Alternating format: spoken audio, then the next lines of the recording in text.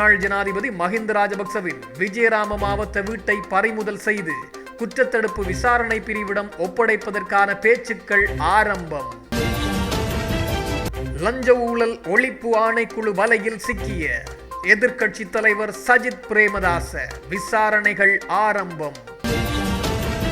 ஹரக்கட்டாவை நீதிமன்றத்திற்குள் வைத்து கொலை செய்ய நடந்த பெரும் திட்டம், கேமராவுடன் சிக்கிய குற்றவாளி. பணம் கொடுக்காமல் பேருந்தில் பயணம் செய்த போலீஸ் அதிகாரி அதிரடி கைது.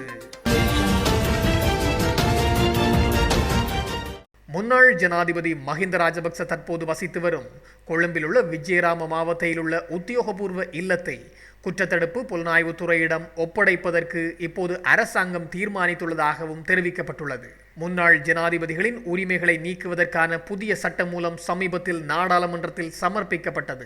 இந்த சட்டம் மூலம் எதிர்காலத்தில் நிறைவேற்றப்பட்ட பிறகு இந்த வீட்டை குற்றப்புலனாய்வுத்துறையிடம் புதிய வசதிகளுடன் கூடிய பணியிடமாக ஒப்படைக்க அரசாங்கம் திட்டமிட்டுள்ளதாகவும் தெரிவிக்கப்படுகின்றது. இந்த சட்டம் மூலம் நிறைவேற்றப்பட்டவுடன் முன்னாள் ஜனாதிபதிகளின் ஓய்வூதியங்களை தவிர அதிகாரபூர்வ குடியிருப்புகள் உட்பட மற்ற அனைத்து வசதிகளும் ரத்து செய்யப்படும் எனவும் தெரிவிக்கப்பட்டுள்ளது. மஹிந்த ராஜபக்ச தற்போது வசித்து வரும் விஜயராம மாவட்டத்தில் உள்ள உத்தியோகபூர்வ இல்லத்தில் முன்னாள் ஜனாதிபதி மைத்ரிபால சிறிசேன வசித்து வந்துள்ளார். அதற்கு முன்னர் பல அமைச்சர்கள் அங்கு வசித்து வந்துள்ளார்கள் என்பதும் மிக முக்கியமான விடயமாகும். கைது செய்யப்பட்டு சிறையில் உள்ள ஹரக்கட்டாவை நீதிமன்ற வளாகத்தில் வைத்து கொலை செய்வதற்காக கேமராவில் துப்பாக்கியை நுட்பமான முறையில் பொருத்தியவர் கைது செய்யப்பட்டுள்ளார். இந்த குற்றத்தை செய்த பத்திரிகையாளராக காட்டிக்கொள்ள முயன்ற ஓட்டுநரை நேற்று முன்தினம் காவல்துறையினர் கைது செய்தனர்.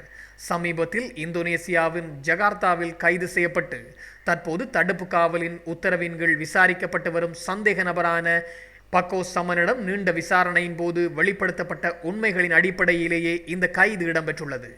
பத்திரிகையாளராக மாறு வேடமிட்டு நீதிமன்ற வளாகத்தின் முன் ஹரக்கட்டாவை கொல்ல திட்டமிட்டிருந்ததாகவும் ஹம்பகாவின் உடுகம்புல டொம்பாவை சேர்ந்த ஒருவர் கேமராவில் துப்பாக்கியை நுட்பமான முறையில் பொருத்தியதாகவும் தெரிவிக்கப்பட்டு இந்த கைதுகள் இடம்பெற்றுள்ளது.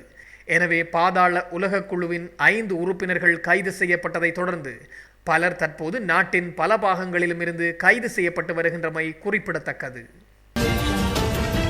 எதிர்க்கட்சி தலைவரும் ஐக்கிய மக்கள் சக்தியின் தலைவருமான சஜித் பிரேமதாச லஞ்சம் மற்றும் ஊழல் குற்றச்சாட்டுக்களை விசாரிக்கும் ஆணைக்குழுவில் முன்னிலையாக உள்ளதாக தகவல் வெளியாகியுள்ளது. இந்த அழைப்பாணை ஆணைக்குழுவிற்கு கிடைத்த முறைப்பாட்டின் அடிப்படையில் நடைபெற்று வரும் விசாரணையுடன் தொடர்புடையதெனவும் தெரிவிக்கப்பட்டுள்ளது.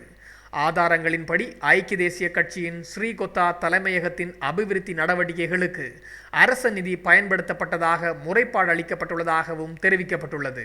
இதேவேளை அரச ஊழியர்கள் குழு ஒன்றை தனது மனைவிக்கு சொந்தமான ஒரு தனியார் நிறுவனத்தில் பணியமர்த்திய குற்றச்சாட்டில் சஜித் பிரேமதாசவுக்கு எதிராக அண்மையில் முறைப்பாடு ஒன்று பதிவு செய்யப்பட்டுள்ளதாகவும் கூறப்பட்டுள்ளது.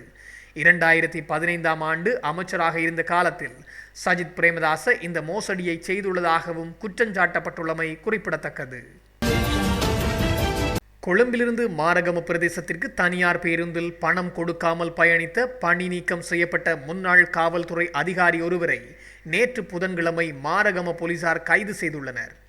இது பற்றி மேலும் தெரிய வருகையில் கொழும்பிலிருந்து மாரகம பிரதேசத்திற்கு சென்ற தனியார் பேருந்தில் பயணித்த ஒருவரிடம் நடத்துனர் டிக்கெட் கட்டணத்தை கேட்டபோது அவர் தான் மாரகம போலீஸ் நிலைய பொறுப்பு அதிகாரி என்றும் கட்டணம் தர முடியாது எனவும் தெரிவித்துள்ளார்.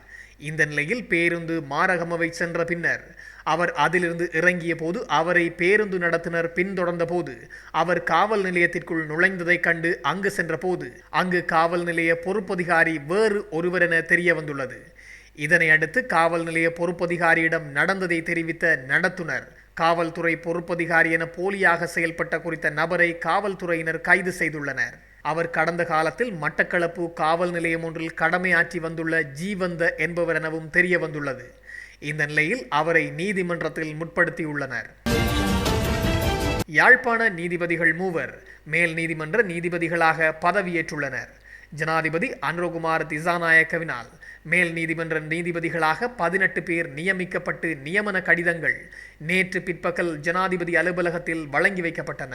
இந்த நிலையில் யாழ்ப்பாணத்தில் மாவட்ட நீதிபதிகளாகவும் நீதவான் நீதிமன்ற நீதிபதிகளாகவும் கடமையாற்றிய நீதிபதிகளான ஏ ஆனந்தராஜா மற்றும் அந்தோனி பிள்ளை ஜூட்சன் மற்றும் கஜநிதி பாலன் ஆகியோர் மேல் நீதிமன்ற நீதிபதிகளாக ஜனாதிபதி அனுரகுமார் திசாநாயக் அவர்களால் நியமிக்கப்பட்டுள்ளனர். இலங்கை ஜனநாயக சோசலிச குடியரசின் அரசியலமைப்பின் 111வது அரசியலமைப்பின் 2வது உபபிரிவின்படி ஜனாதிபதியினால் குறித்த நியமனங்கள் வழங்கப்பட்டுள்ளது. இதன்போது விசேடதர நீதித்துறை அதிகாரிகள் 17 பேர் மற்றும் சட்டமாதிபர் திணைக்களத்தில் பணியாற்றும் சிரேஷ்ட அரசு தரப்பு சட்டத்தரணி ஒருவர் இவ்வாறு மேல் நீதிமன்ற நீதிபதிகளாக நியமிக்கப்பட்டுள்ளனர்.